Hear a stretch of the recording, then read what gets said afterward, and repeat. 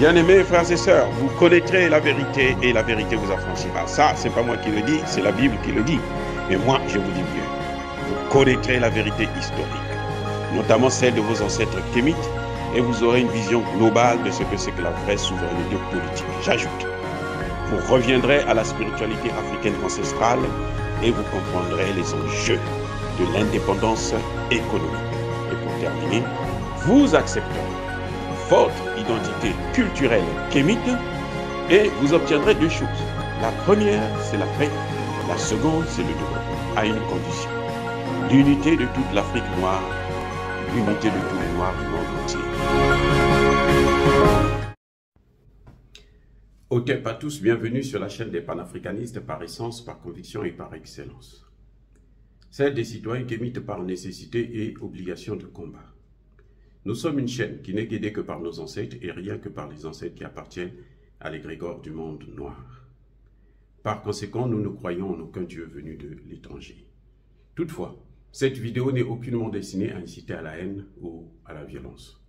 Car nous menons un combat qui est d'abord et avant tout spirituel, intellectuel et démocratique.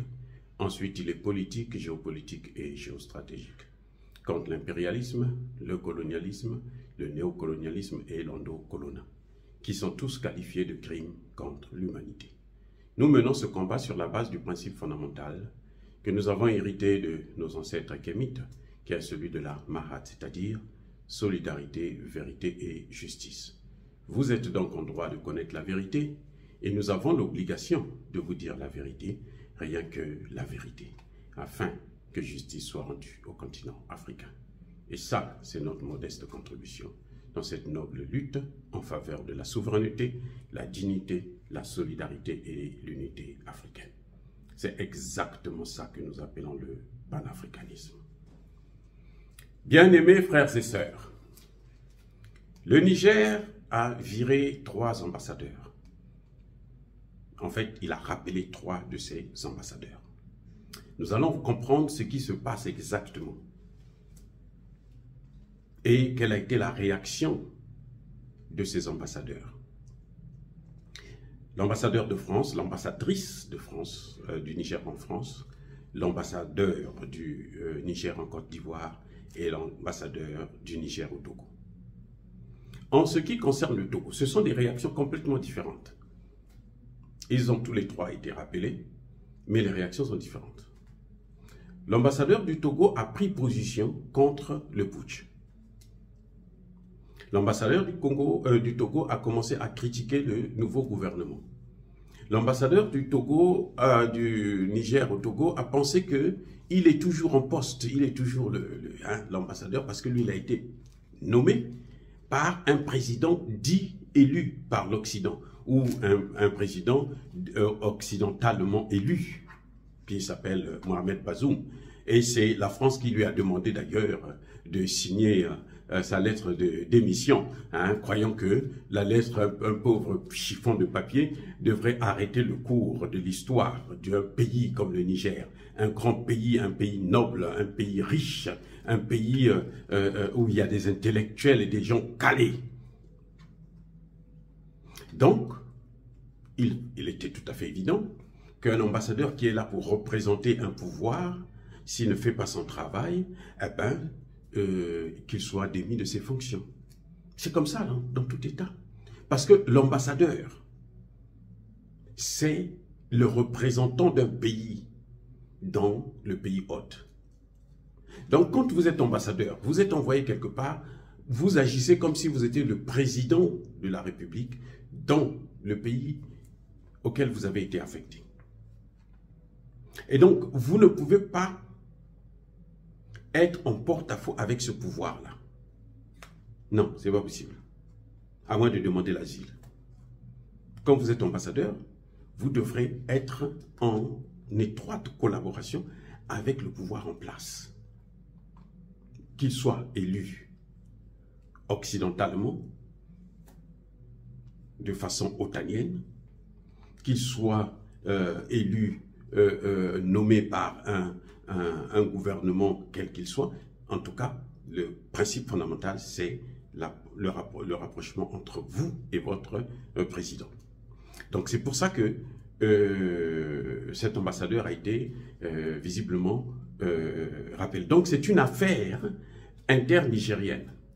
Ce n'est pas une affaire entre le Nigeria et le Togo, qui je salue d'ailleurs la position, hein, parce que vous savez que le Togo a interdit le survol de son territoire en cas d'attaque au Niger, contre le Niger. Aussi simple. Maintenant, il y a un autre ambassadeur qui a été viré. Celui-là, c'est une autre situation. En fait, il n'a pas été viré, mais il a été rappelé pour consultation. C'est l'ambassadeur du Niger en Côte d'Ivoire. L'ambassadeur du Niger en Côte d'Ivoire, il faisait son travail comme normalement. Le gouvernement a changé, donc il n'attend que la position du gouvernement pour son cas. C'est tout à fait normal comme n'importe qui. Mais malheureusement, cet ambassadeur merveilleux, je pense, a été envoyé dans un pays fougueux, dans un pays où le président est un fou, est un malade, est un larbin, c'est un trafiquant de drogue, Monsieur Alassane Ouattara. On comprend que c'est un homme fougueux, c'est colérique, qui a complètement perdu la tête par le discours qu'il a présenté après la réunion des présidents de la CEDEAO. Ce n'était pas à lui de présenter le discours. Et il a fait dans son discours l'apologie de la guerre contre le Niger. Et on s'est aperçu, on s'est rendu compte d'ailleurs que, en fin de compte, ce discours, c'était l'œuvre personnelle de Emmanuel Macron. Ça vient de l'Élysée et Alassane Ouattara ne faisait que lire. Parce que lors de cette réunion, cette rencontre CEDEAO, Union africaine, je vous rappelle encore une fois de plus qu'il y avait plus de blancs à cette réunion que des noirs. Alors que la CEDEAO, il n'y a aucun pays blanc parmi les pays de la CEDEAO. Il n'y a que des pays, des noirs, composés des noirs. Voilà. Mais il y avait plus de blancs, tous ventreux et qui venaient, je ne sais pas, ils avaient tellement trop mangé. Et puis bon, ils viennent venir imposer, influencer des chefs d'État. Et parmi les chefs d'État qui ont baissé la garde, qui ont succombé à ce charme maladroit de l'Union européenne, c'est Alassane Ouattara. Il a pris l'engagement de lire un discours saugrenu, un discours de va-t-en-guerre. Et pour ça, ben, le Niger, qu'est-ce qu'il fait? Il rappelle son ambassadeur. Donc, en quelque sorte, il suspend des relations diplomatiques avec ce pays, ce qui est évident. Donc, nous voyons là deux positions différentes. Cet ambassadeur n'a rien fait de mal, il a fait son travail, mais là où il est affecté, les choses ne marchent pas avec son pays, on est obligé de le rappeler, et puis on attend jusqu'à nouvel ordre s'il faut le renvoyer dans le même pays ou il faut l'affecter ailleurs. Il y a un troisième pays que je prends pour exemple, c'est l'ambassadrice, cette fois-ci, du Niger en France. Cette dame, lorsque le gouvernement change, Bazoum, qui sera jugé pour crime de haute trahison et pour atteinte à la sûreté de l'État, n'est plus. Elle pense que Bazoum doit absolument revenir au pouvoir parce que Emmanuel Macron le lui a demandé. Vous savez que c'est la France qui veut intervenir militairement au Niger, qui veut attaquer le continent africain. Et nous attendons ça. D'ailleurs, on le souhaite. Comme ça, on va finir avec la France une fois pour toutes. Elle n'a qu'à s'aventurer. Et nous, on va voir ce qu'elle elle va recevoir comme cadeau. Même si elle a des pays comme la Côte d'Ivoire, le Sénégal, là où elle est en train en ce moment d'envoyer beaucoup d'armes, nous allons leur donner une leçon de l'histoire. Parce que la France n'a jamais gagné une guerre. La France, pour sortir de la Seconde Guerre mondiale, il a fallu que nous, les Africains, qui n'avions pas d'armes, hein, que nous puissions l'aider. Si nous, on n'était pas là, la France n'allait pas s'en sortir. Vous allez me dire qu'il y a les Russes, il y a les Américains, mais c'est d'abord les Russes, mais il y a aussi les Africains. Les Africains viennent même avant les Américains, parce que les Africains, c'est ceux-là que la France a présenté comme chair à canon. Et beaucoup parmi eux sont tombés parce que, justement, on les avait exposés. Et d'ailleurs, d'autres sont morts parce que le général de Gaulle a choisi de les massacrer, purement et simplement. Comme d'habitude, la France, elle vit que du sang des Africains. Elle se réjouit du sang des Africains. Maintenant, c'est fini, ça suffit. Enough is enough. C'est clair, c'est net. Donc cette ambassadrice qui n'a rien compris du tout de ce que c'est que la diplomatie, qui oublie qu'elle est là pour écouter le gouvernement qui est en place, pas un gouvernement déchu, pas le président du pays hôte. Non, elle est là pour son pays. Elle est là pour préserver les intérêts de son pays, pas les intérêts du pays hôte. Parce que le pays hôte a des intérêts qui sont menacés au Niger, et madame, on l'utilise pour venir faire l'opposition d'un gouvernement. Donc, elle a été rappelée, mais elle refuse de partir. Elle refuse de rentrer. Elle refuse de revenir. Elle dit qu'elle est toujours ambassadrice. Or, le fait de refuser, là, cette dame est en train de suspendre les relations diplomatiques avec la France. Voilà encore l'une des erreurs. C'est-à-dire que je vous ai toujours dit et je le répéterai toujours. Emmanuel Macron, c'est un idiot. C'est un nulard. Vraiment, mais alors, c'est plus idiot que Emmanuel Macron, ça n'existe pas. Tout ce qu'il pose comme acte concernant l'Afrique, là, il tape toujours à côté. Il est toujours hors sujet. Nous, on est en train de parler de l'avenir de notre pays, du Niger. Lui, il est en train de parler de son avenir au Niger. Et nous, ça ne nous regarde pas, on s'en fout de son avenir au Niger. Vous voyez, c'est ça. C'est comme lorsqu'il y a les gilets jaunes, là. Nous, en Afrique, ici, on va prendre une décision contre Emmanuel Macron. Non, ça ne nous regarde pas. On dort tranquillement. Ça ne nous regarde pas. Donc, vice-versa, lui aussi, quand il y a des problèmes en Afrique, là, ça ne lui regarde pas. Il n'a qu'à s'occuper de ses soignants. Voilà là, le principe.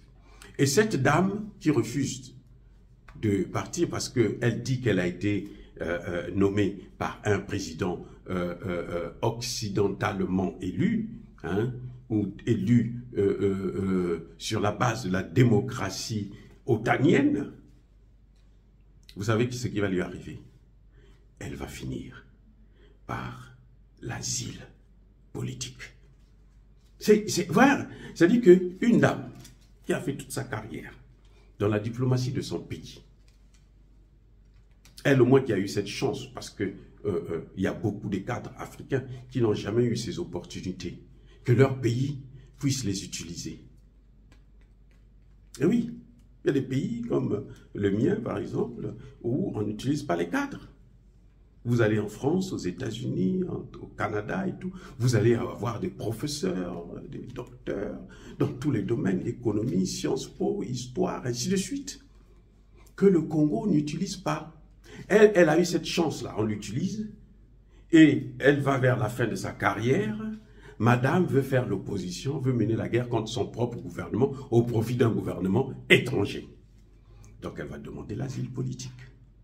Vous savez, ce qui va arriver encore le plus grave, c'est que le gouvernement du Niger ne va plus payer ses salaires, son salaire. Il n'aura plus de salaire. Maintenant, on va voir si la France va payer le salaire de cette dame, va payer la retraite de cette dame. On va voir ça. Je vous donne rendez-vous dans 1 an ou 2. Vous allez me dire. Parce que là, avec Tchani, là, nous on est sûr. L'affaire de Bazoum, là, il a été bazoumé, c'est fini. Il n'y a plus rien à faire pour lui, là. Son sort est scellé sur la terre et au ciel. Et oui, le sort de Bazoum, là, il est scellé. C'est irrécupérable. C'est irrémédiable. Il ne peut plus revenir au pouvoir. On n'a même plus besoin de demander sa lettre de démission. Pourquoi vous allez demander sa lettre de démission? Le seul pays qui reconnaît Bazoum comme président, c'est la France. Oui. La Côte d'Ivoire, le Mali, le Bénin, leur avis ne compte pas puisque leur avis, c'est l'avis de la France. Donc, il n'y a qu'un seul pays. Les États-Unis ont dit, nous, c'est la négociation. Le Premier ministre vient de dire, nous sommes en transition. Donc, vous faites, Emmanuel Macron peut danser comme il veut, il peut s'agiter, il veut faire décoller des avions depuis Djibouti pour venir faire la guerre au Niger. Ok, il n'a qu'à venir. Nous, on l'attend. Parce que nous, nos partenaires, là, ils sont là aussi en attente. Hein. Nous avons le Mali, nous avons le Burkina Faso, nous avons l'Algérie, et nous avons derrière eux le Grand Poutine, nous avons la Corée du Nord, et nous avons la Chine. On s'en fout de l'Occident. Emmanuel Macron va comprendre ça comment? Comment il faut expliquer ça à Emmanuel Macron? Qu'est-ce qu'il faut pour qu'il puisse comprendre? Donc c'est ça. Cette dame, cette ambassadrice a causé, a créé, je vous dis, elle vient de commettre une erreur gravissime. Sa vie, sa carrière est terminée là. Et malheureusement, bon, comme c'est une Africaine, on ne peut pas l'abandonner. Elle reviendra dans 1 an, 2 ans pour venir présenter des excuses et puis bon, on va la prendre. Mais qu'elle sache, c'est vrai aussi qu'elle subit des pressions parce qu'elle est à l'étranger, elle est en France. Les Français peuvent même la tuer. Donc, moi, je comprends un peu sa position. Mais je dis tout simplement que, bon, ma sœur, c'est pas la peine d'espérer. Parce que la France a toujours fait ça. Les Occidentaux, là, les États-Unis ont abandonné des Afghans qui travaillaient pour eux. Pendant 20 ans, ils ont occupé l'Afghanistan. Ils les ont abandonnés comme ça. Les États-Unis et les pays européens ont abandonné la Somalie. Regardez ce qu'il y a. Donc, elle aussi, on va l'abandonner. Mais nous allons toujours la recevoir. Mais elle n'aura plus les mêmes avantages qu'elle avait parce que quand on commet une telle erreur, ben, quelque part, il faut payer. Dire cela, c'est inciter à la haine ou à la violence. Non. Yabakole Hervé, Yamaleme. Soyez bénis. Encore une fois, je persiste et je signe. Soyez abondamment bénis par le Dieu des Kémites et par nos ancêtres angélisés. Mais que tous ceux qui persécutent le continent africain, tous ceux qui le pillent et le déstabilisent, qu'ils soient noirs, blancs, chinois, arabes, indiens, qui qu'ils soient maudits, punis, foudroyés, neutralisés, écrasés, effacés par ce Dieu des Kémites et par nos ancêtres angélisés. Vive l'Afrique éternelle, j'ai dit et j'assume.